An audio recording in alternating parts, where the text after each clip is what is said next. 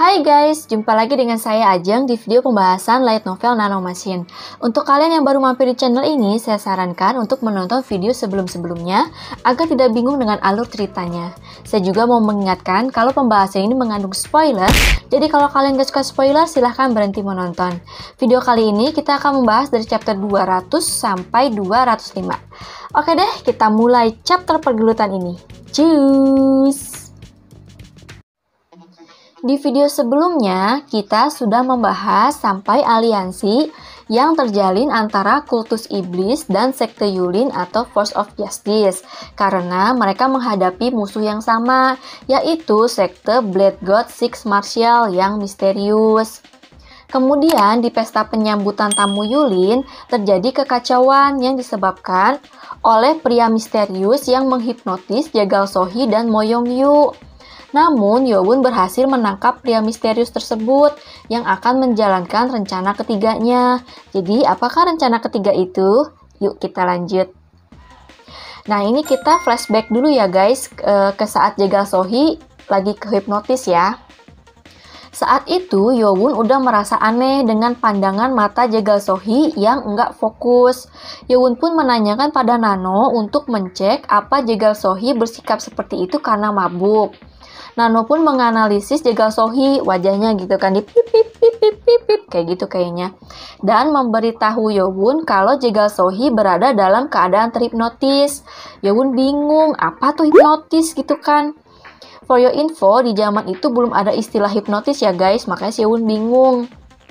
Nano pun mentransfer informasi tentang hipnotis ke otak Yowon.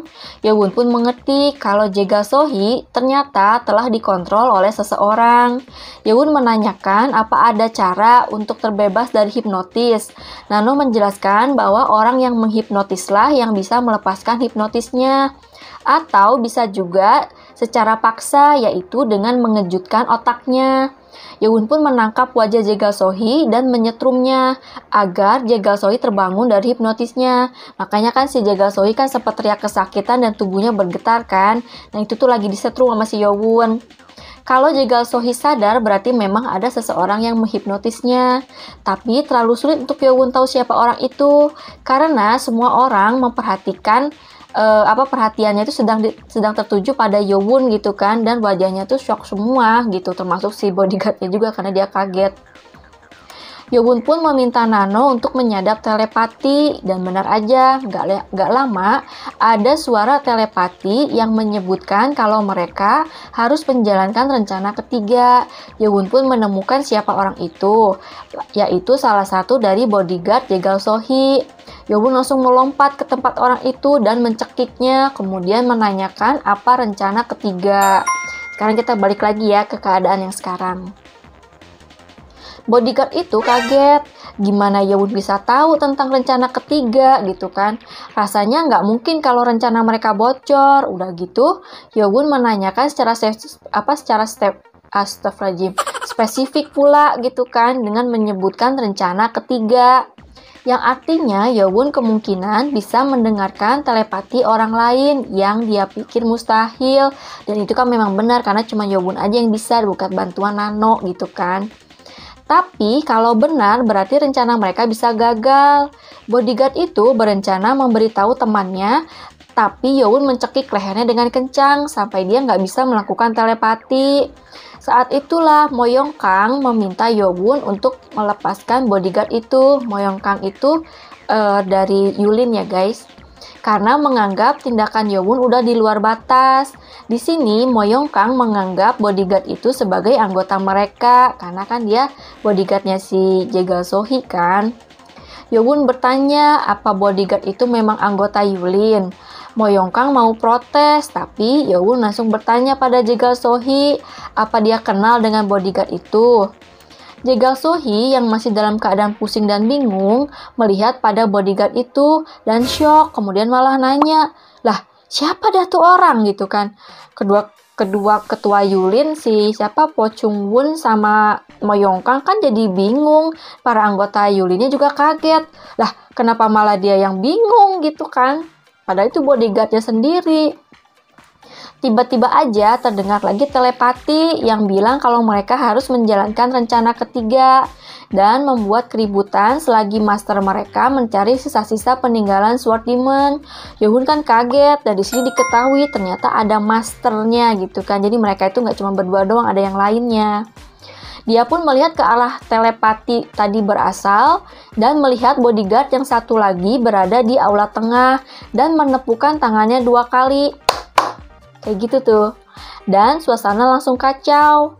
Para ketua sekte kultus dari sekte lemah dan prajurit lemah dari Yulin, maksudnya yang lemah itu kekuatannya ya, mulai berubah dan saling menyerang.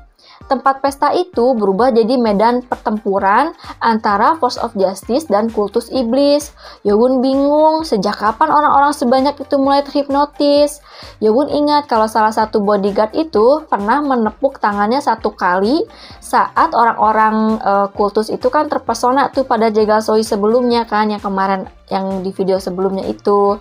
Dan bodyguard tadi pun menepukkan tangannya 2 kali. Apa itu pemicunya? Pasti ada sesuatu yang lain yang menyebabkan mereka bisa terkena hipnotis. Dan di antara kericuhan, bodyguard itu memprovokasi dengan bilang kalau kultus itu licik dan aliansi itu jebakan, membuat ketua sekte dan prajurit dari 2 sisi, maksudnya Force of Justice sama kultus, saling menatap curiga gitu kan. Bodyguard yang dicekik Yogun tertawa melihat itu. Yogun kesal dan memukul tulang iganya hingga hancur, menghajar gitu sampai hancur tuh, disik aja gitu, mantep. Dan bodyguard itu teriak kesakitan. Yogun pun menotoknya. Yogun langsung menghalangi para ketua sekte yang akan saling menyerang dan bilang kalau mereka terkena hipnotis. Orang-orang yang di situ yang masih sadar pada bingung. Nah, eta hipnotis teh gitu kan, sama-sama bingung. Yogun mencari kata yang tepat dan bilang kalau mereka sedang terkena ilusi seperti Jegal Sohi tadi dan si Moyong Yu, dan itu adalah jebakan agar aliansi ini hancur. Para ketua sekte agak ragu dan bingung, tapi mereka memang melihat kejadian Jegal Sohi dan Moyong Yu tadi. Namun keadaan sekarang sudah kacau dan sulit untuk diatasi. Po Chungbun bertanya pada Yogun apa yang harus mereka lakukan sekarang. Samayi yang menatap curiga pada Po Chungbun menghampiri Yogun dan bilang kalau mereka bakal ngikutin perintah Yogun. Yogun menunjuk pada kekacauan di aula dan meminta para ketua Yulin dan elders untuk menstop orang-orang yang tidak terpengaruh hipnotis agar jangan melawan orang-orang yang terkena hipnotis gitu kan. Dan Yogun yang akan menghentikan orang-orang yang terkena hipnotis. Mereka ragu, para ketua dan anggota Yulin meski ragu, para ketua dan anggota Yulin mengikuti perintah Yogun dan para elders pun pergi setelah The Lord memberi izin gitu kan. Ya udah sana lu pergi, nanti indah itu gitu kan. The Lord di sini kesal. Siapa tuh orang yang berani mengacau di istana kultus gitu kan? Sementara para ketua dan anggota Yulin serta elders kultus menghentikan orang-orang yang nggak kena hipnotis, Yogun meminta Nano untuk memberi tanda pada orang-orang yang terkena hipnotis karena kan ada banyak kan, jadi dia nggak bisa mendeteksi tuh mana aja gitu kan. Kemudian pada augmented reality, Yogun melihat orang-orang yang diberi tanda lingkaran merah oleh Nano. Yogun meminta Nano untuk mengalihkan listrik pada telapak tangannya saat Yogun menyentuh kepala orang yang terhipnotis. Dengan menggunakan skill Step of the Wind God, tau kan skillnya si Maragium tuh yang buat dia bergerak cepat, Yogun pun menyentrum kepala orang-orang yang terhipnotis dengan gerakan super cepat. Jegal Sohi yang masih lemas melihat apa yang dilakukan Yogun dan terpana. Jegal Sohi juga adalah seorang pendekar, tapi dia tidak bisa mengikuti kecepatan Yogun. Jadi ini putra mahkota kultus iblis, pikir si Jegal Sohi kan. Terus dia jatuh cinta deh sama Yogun. Nggak gitu sih. Sorry guys, bercanda doang itu. Orang-orang yang sudah terkena setrum sempat pingsan, kemudian mereka bangun dalam keadaan bingung seperti Jegal Sohi. Pria yang melakukan hipnotis tadi menatap tidak percaya pada apa yang dilakukan Yowun. Untuk menghipnotis orang memang caranya sangat sulit, maksudnya ribet gitu kan. Tapi sekali orang tersebut terhipnotis, maka tidak akan ada cara untuk melepaskan hipnotis kecuali si penghipnotis sendiri yang melakukannya. Tapi Yowun bisa melakukannya hanya dengan sentuhan saja. Dia pun panik dan berpikir akan bunuh diri. Karena udah jelas kan ya dia nggak akan bisa kabur. Dia berada di tengah-tengah kultus gitu loh, dengan ribuan anggota kultus di dalamnya. Jadi nggak mungkin dia bisa kabur. Cara satu-satunya yaitu dengan bunuh diri, memakai bola racun yang ada di gigi gerahamnya. Saat dia bersiap akan menggigit racun, tiba-tiba Yowun sudah mencekiknya dan mengangkatnya. Ngapain lu? Kayak gitu kan. Dia kaget bagaimana Yowun bisa menemukannya secepat itu gitu. Saat itu ya Allah. Sorry guys. Saat itu pria itu yang kesal rencana mereka gagal semua, mau memukul dada Yowun. Tapi Yowun menangkap tangannya dengan cepat. Pria itu berusaha melepaskan cengkraman Yowun pada tangannya dengan menggunakan tenaga dalam. Tapi nggak bisa guys, bergerak aja enggak. Pria itu kaget karena Yowun yang masih muda bisa sekuat itu. Yowun pun memelintir tangannya sampai patah. Kayak gitu kan ya, sambil gitu kan. Sambil bilang dengan nada dingin, lu pikir lu bisa bikin kacau di kultus terus lu bakal baik-baik aja gitu. Pria itu berteriak kesakitan. Tapi nggak berhenti sampai situ dong guys. Yowun tanpa berkedip menarik tangan yang patah tadi sampai putus. Dari sini ya, dari pundaknya ya guys, ditarik gitu bro. Kayak ini tau nggak sih boneka Barbie kan tangannya bisa dipotongin tuh, cetok gitu kan, dicopot, dicopot, dimasukin lagi gitu. Karena kayak gitu tuh dipatahinnya. Kebayang nggak sih sakitnya kayak apa guys? Bukan dipotong pakai pedang atau apa gitu, tapi dicabut. Orang-orang Yulin yang melihat kesadisan itu syok sampai pucat. Mereka menganggap tindakan sadis itu memang cocok untuk kultus iblis. Yowun kemudian memegang pundak tangan pria itu yang satu lagi sambil nanya, siapa sih lu teh gitu kan. Tapi pria itu dengan megap-megap gitu kan, saking kesakitannya menjawab dia nggak akan bilang dan mau menggigit bola racun di giginya. Tapi tiba-tiba Yowun membuka mulut pria tadi dengan paksa dengan menggunakan energinya yang kuat. Tadi pakai energi gitu kan dibuka mulutnya. Yowun bilang kalau orang-orang seperti pria itu kalau sudah terpojok bakal melakukan bunuh diri dengan racun. Dengan jentikan jarinya, nggak bunyi gini. Gigi geraham yang berisi bola racun itu tercabut dan melayang di hadapan pria itu. Pria itu gemetar ketakutan karena menganggap Yowun sebagai monster. Gimana bisa gitu kan? Ditambah Yowun melanjutkan dengan bilang kalau Yowun sekarang bakal mencari si master yang mereka sebut di telepati tadi. Di tempat lain, tepatnya di Akademi Madokan, perpustakaan akademi adalah tempat dengan penjagaan yang ketat sampai ke setiap sudut. Penjagaannya selama 24 jam non-stop. Namun malam itu daerah perpustakaan terasa sepi dengan tubuh para penjaga bergelimpangan. Mereka mati karena tusukan di leher mereka. Hanya para penjaga perpustakaan yang berada di setiap lantai lah yang melakukan perlawanan. Namun mereka pun mati dengan tubuh yang tercabik-cabik karena kan pakai force chi gitu kan, dimatiinnya gitu. 2 orang penjaga dari lantai 5 sedang berada di depan pintu perpus lantai bawah tanah.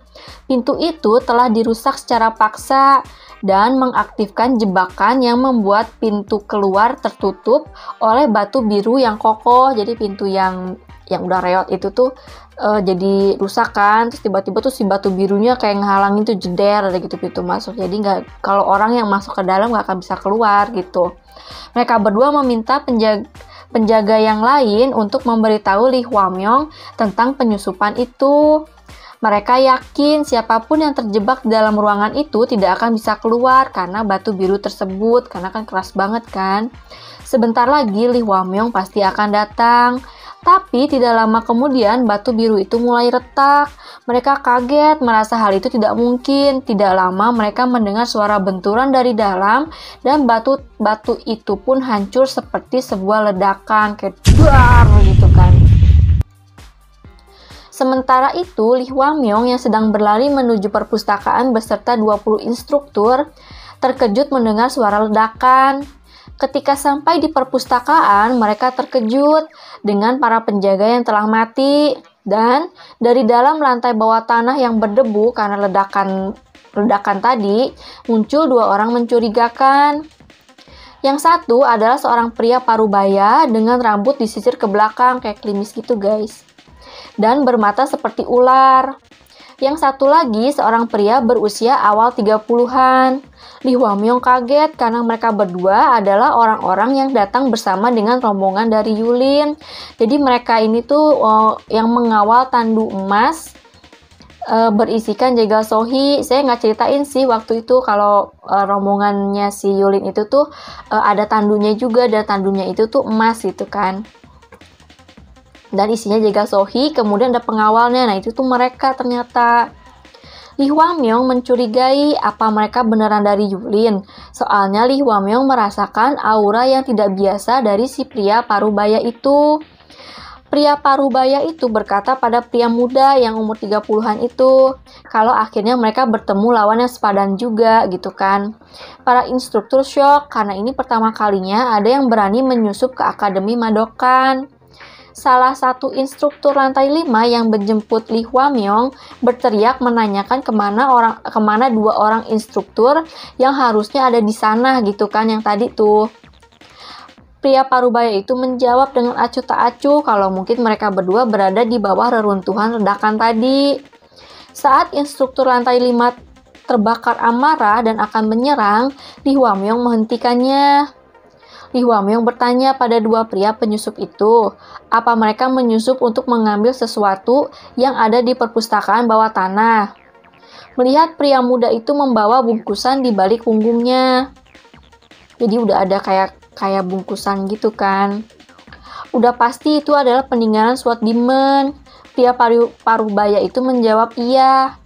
Li Huamyong mengeluarkan pedang api merahnya dan memerintahkan para instruktur untuk menangkap dan membunuh mereka dan gak membiarkan mereka kabur dengan peninggalan Sword Demon.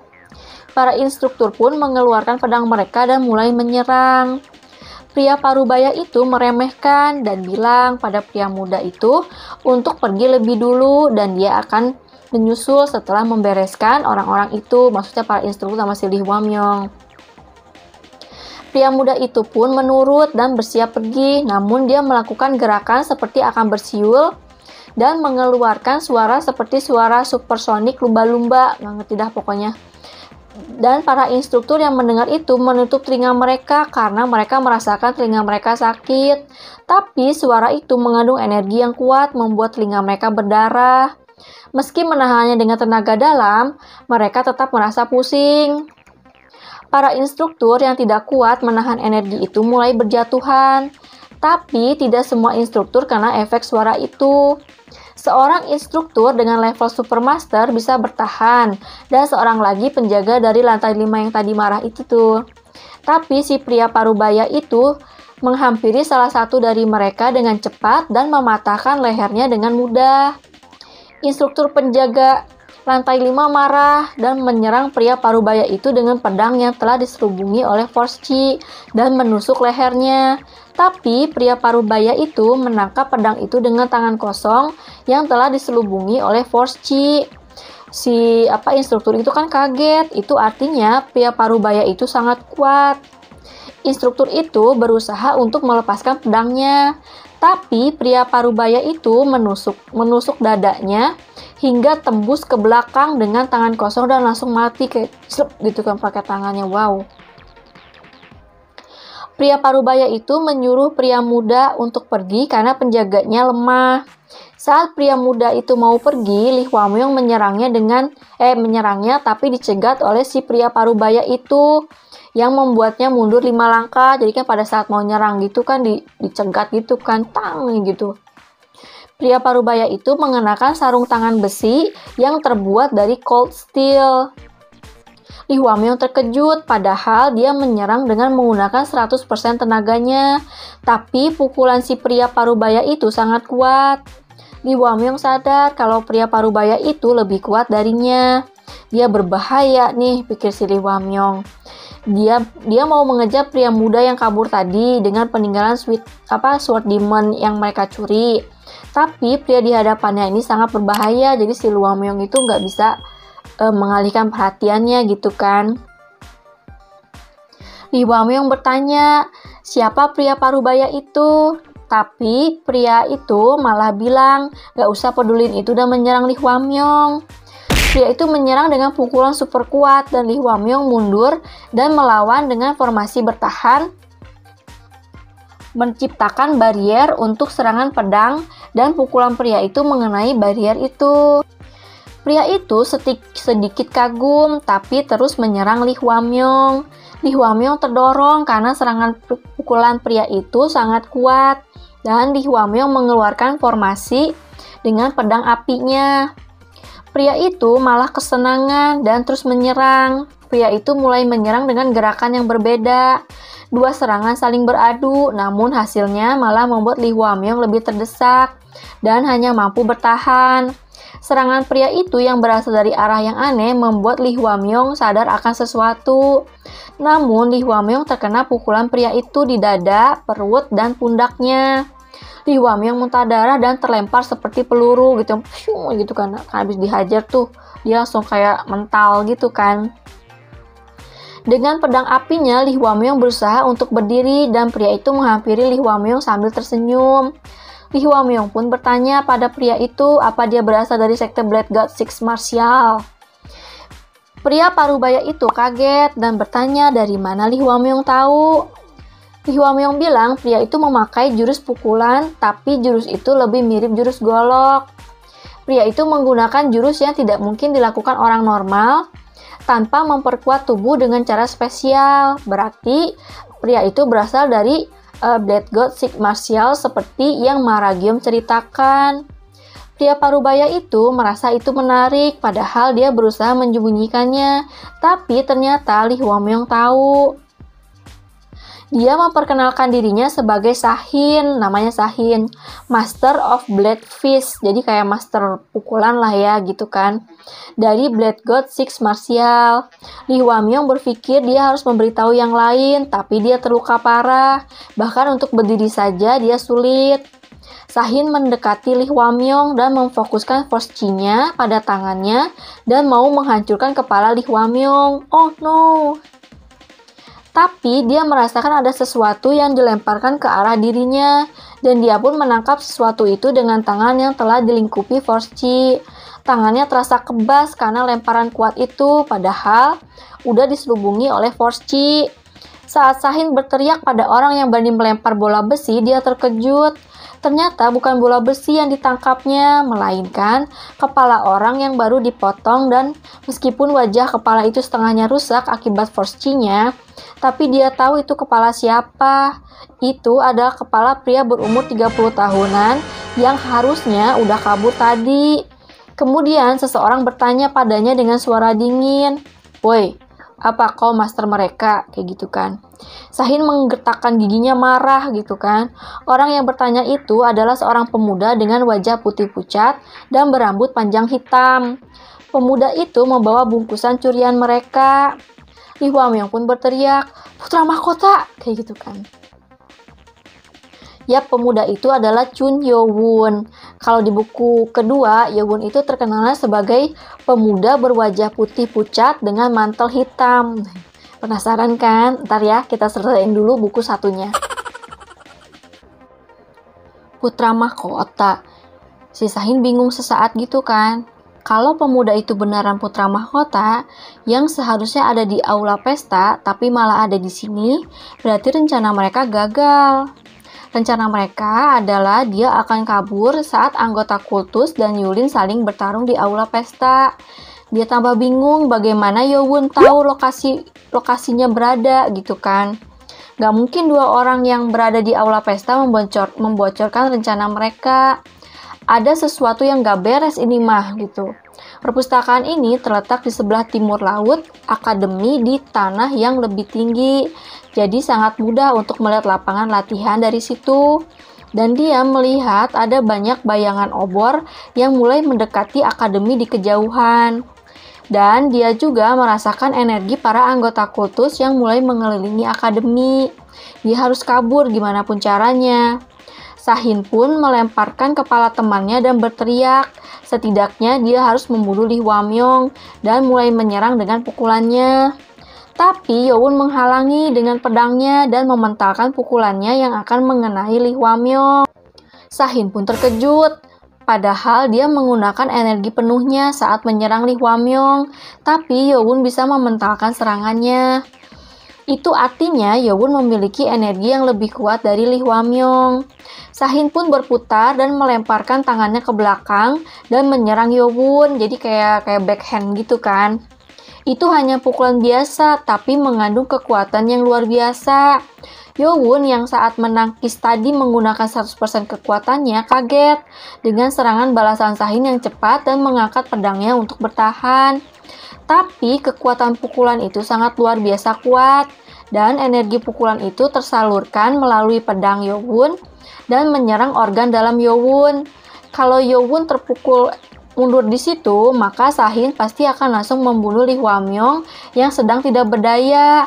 Jadi Yowon memusatkan energi dan kekuatan ototnya untuk bertahan sambil menggetakkan giginya gitu kan. Jadi energi pukulannya si Sahin itu tuh kayak masuk ke tubuhnya si Yowon gitu kan, dan itu bahaya.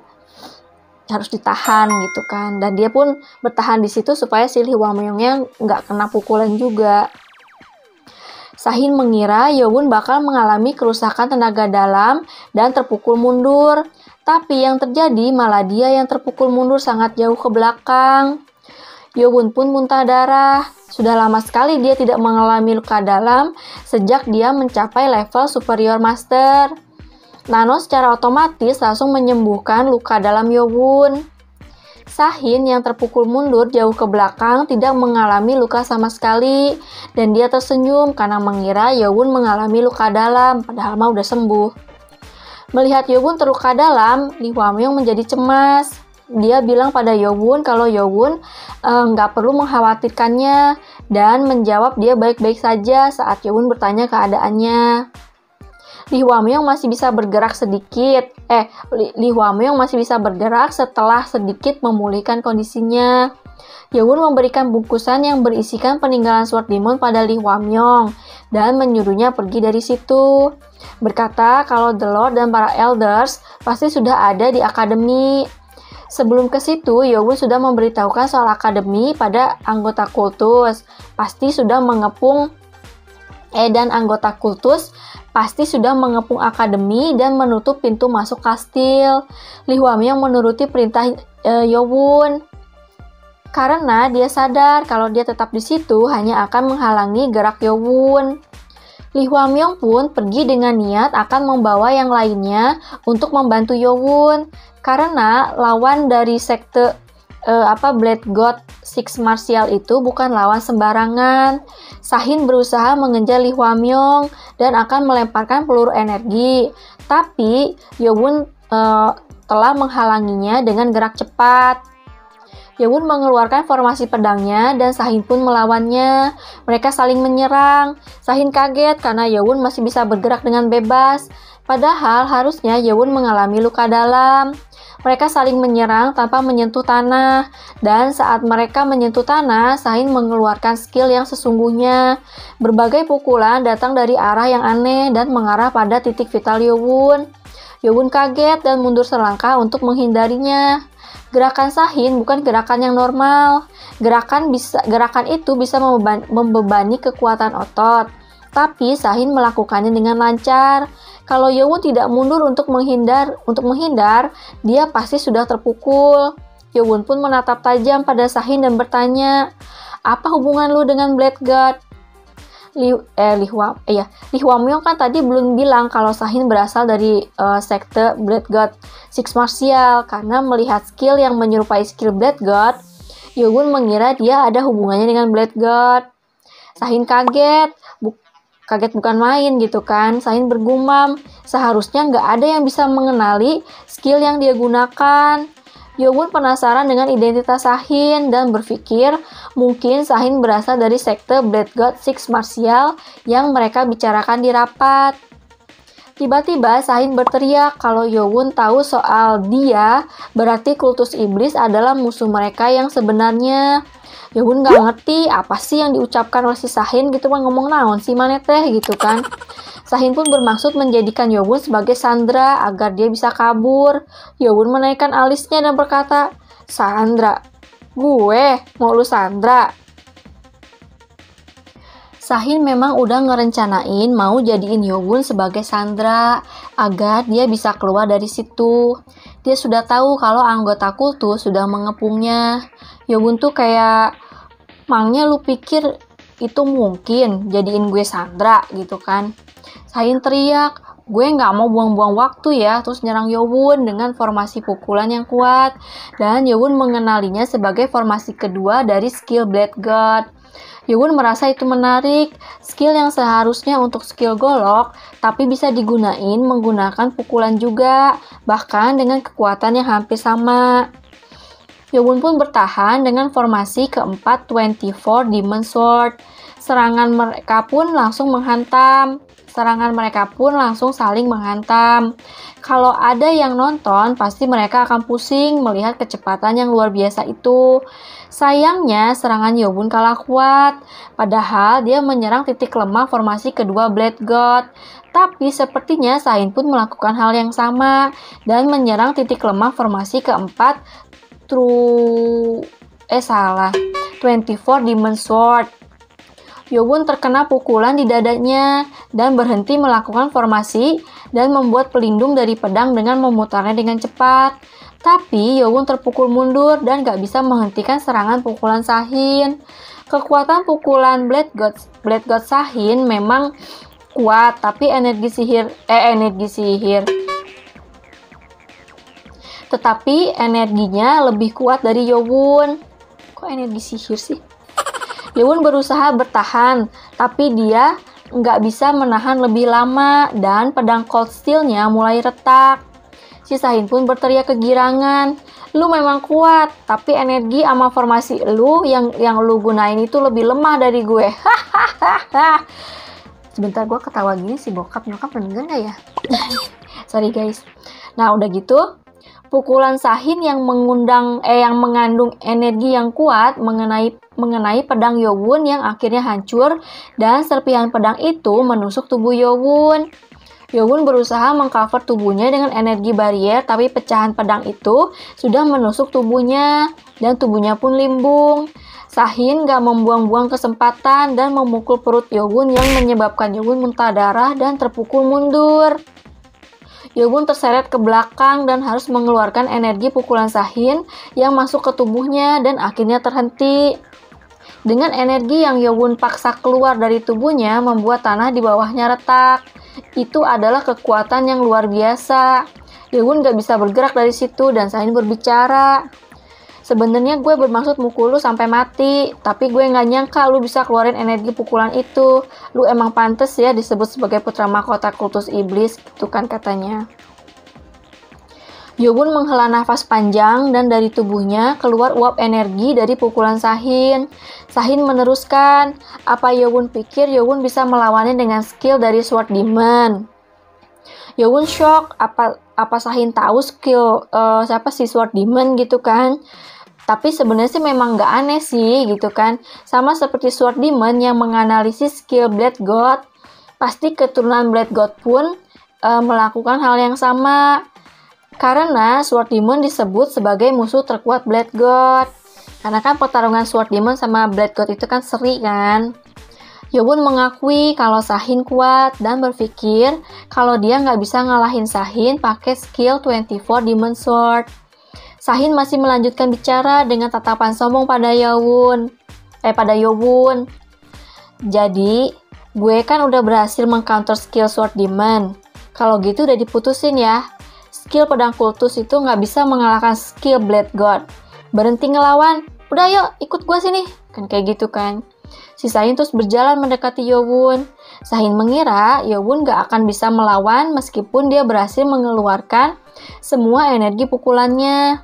Karena Yowon udah jelas-jelas mengalami luka dalam dan luka dari pecahan pedang yang menusuk tubuhnya. Maksudnya kan ada luka-luka dari pecahan pedang gitu kan nusuk ke tubuhnya kan.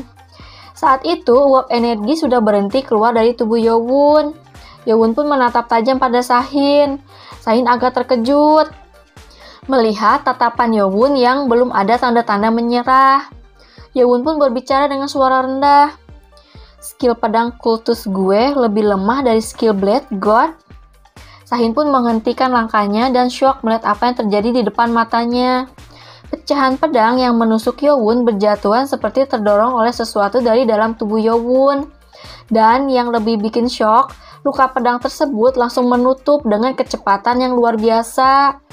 Yowun terlihat seperti bukan manusia, karena nggak ada manusia yang bisa beregenerasi kayak gitu kan, cepat itu gitu. Secara insting, Sahin tahu kalau Yowun itu berbahaya. Rencana menjadikannya Sandra gagal dah gitu kan. Karena Sahin menganggap Yowun itu sebagai monster. Sahin pun berubah pikiran. Dia harus membunuh Yowun sebelum Yowun benar-benar menyembuhkan dirinya sendiri dengan sempurna. Sahin pun langsung menyerang Yowun dengan skill terkuat yang dia miliki. Saat itulah arm guard hitam yang ada di tangan Yowun terlepas dan menyatu membentuk pedang hitam. Sahin kaget, naon eta gitu kan. Yowun pun menggenggam pedang yang melayang itu dan force chi hitam langsung menyelubungi pedang itu. Sahin shock melihat force chi hitam gitu kan. Dengan mengeluarkan aura mengerikan, Yowun menyerang Sahin dengan kecepatan luar biasa seperti cahaya hitam yang melawan formasi pukulan Sahin. Kelebatan cahaya hitam itu berubah menjadi 24 gerakan yang bergabung menjadi satu. Sahin terkejut dan formasi pukulannya menjadi kacau. Kedua tangannya terpental dan pedang hitam Yowun menusuk tubuh Sahin. Dan Yowun melesat melewati Sahin.